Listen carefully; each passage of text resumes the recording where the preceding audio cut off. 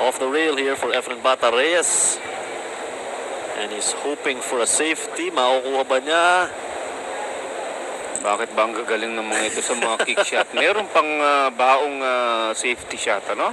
Oo.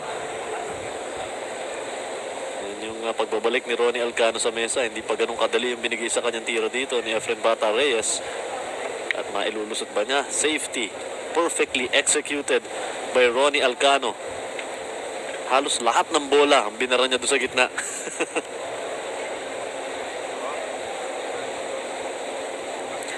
Just remember that in rotation, accumulated points po ang binibilang dito. Every ball that you sink, kung ano po yung numero na nakalagay doon, ina-add po yan.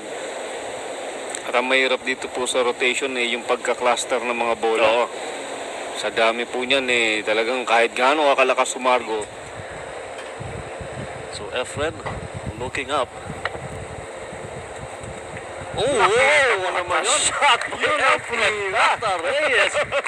Oh boy. Kaya tingnan natin yung shot of replay, the tournament. Kumbaga, tinan mo naman yan. 1, 2, 3. Eksakto. Tinkato.